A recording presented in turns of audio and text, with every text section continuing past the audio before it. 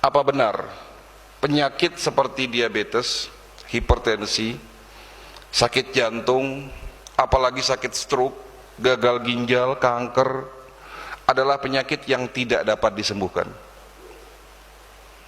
Kalau Bapak Ibu didiagnosis, divonis dokter di luar sana sakit yang tadi saya sampaikan, yang saya sebutkan, entah itu diabetes, hipertensi, penyakit tersebut menurut ilmu kedokteran tidak dapat disembuhkan dan harus minum obat seumur hidup. Itu menurut ilmu kedokteran ala barat. Tetapi ada salah satu hadis inilah yang membuat saya pada akhirnya hijrah dari pengobatan medis ke pengobatan holistik.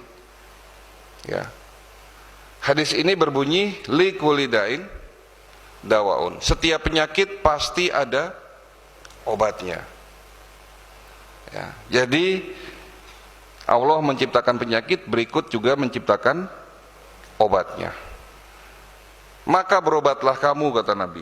Dan jika obat tersebut tepat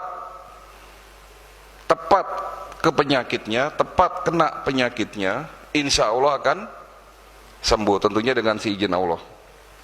Bagaimana caranya? Nah ini tantangan buat kami, tantangan buat para dokter. Bagaimana caranya menyembuhkan penyakit diabetes? Karena tidak ada yang tidak mungkin. Kalau Allah sudah berkehendak, insya Allah bisa. Kan begitu? Ya. Bagaimana caranya menyembuhkan penyakit diabetes? Sementara ilmu yang saya dapatkan di bangku kuliah mengatakan kalau orang sudah sakit diabetes tidak akan sembuh. Minum obat seumur hidup. Hipertensi, jantung, apalagi stroke. Nah, bagaimana caranya? Ternyata setelah kami mendalami pengobatan tradisional itu kan banyak metodenya. Ada metode tibum nabawi, ada pengobatan dari India namanya Ayurveda India, ada pengobatan dari Cina namanya traditional Chinese medicine. Dan ternyata obat yang dapat menyembuhkan penyakit kita itu ada 3, Pak. Ini kita bicara fisik.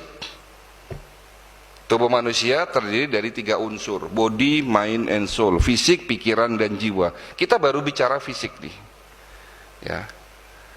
Obat untuk fisik kita, untuk penyakit kita ada 3. Satu adalah obat yang kita minum, baik itu obat kimia maupun herbal. Kedua, obat itu ternyata ada dalam makanan kita. Jadi makanan kita juga obat, Pak.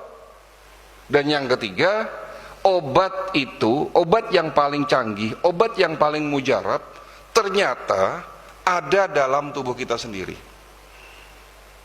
Allah menciptakan manusia itu canggih, Pak. Manusia adalah makhluk yang punya kemampuan secara otomatis dapat mengobati dirinya sendiri tanpa kita sadari. Jadi kalau Bapak terinfeksi virus corona misalnya, sebetulnya tanpa berobat pun ya, tubuh kita bisa membunuh si virus tersebut dalam tubuh kita. Konsep inilah yang disebut sebagai self healing. Ya, jadi self healing inilah yang menjadi dasar metode pengobatan holistik. Yang tentunya pengobatan holistik itu didukung dengan teknologi. Dapat pengakuan secara medis karena apa yang menjadi metodenya itu selalu ada penelitian dan riset yang panjang. Ya, jadi gabungan antara medis dan tradisional.